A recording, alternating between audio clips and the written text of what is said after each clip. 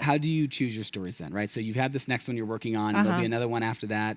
Oh, well. So maybe. Yeah, I don't know. Okay, so what is the criteria? Like, what are the values that you sort of line up against, whether it's based on the values that you want to share with the audience or your own values, the values of the studio? How do you think about picking the next story?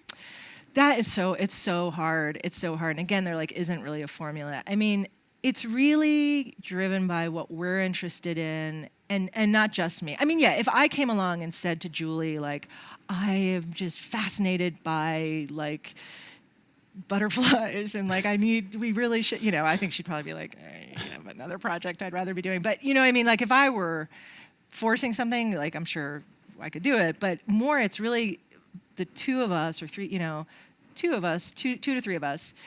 And it's our common, like, we'll just sort of talk about stuff and be like, did you read this thing? Did you read that thing that just came out on the, oh my God, did you just read this book? And so we're talking about stuff we've read and stuff that's happening nationally with criminal justice stuff particularly we're all interested in.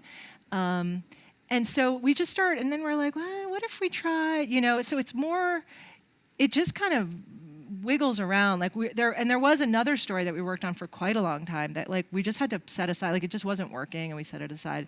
But I have to say it's genuinely from what are we interested in just kind of because we're interested in it.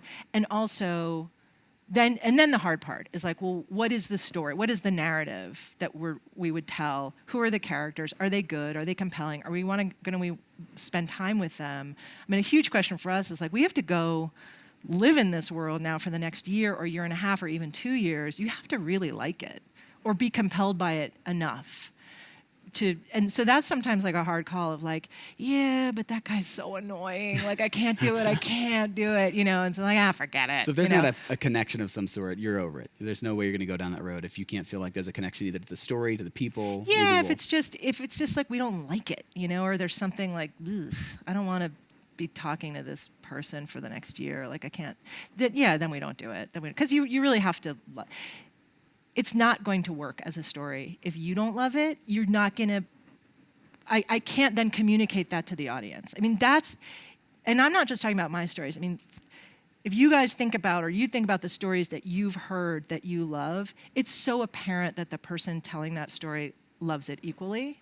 That's what's being communicated to you, is like your excitement or confusion or passion about that thing. That's kind of what's keeping all of those listeners with you. So, I mean, if that's like fire is not happening at home, like it's not gonna work.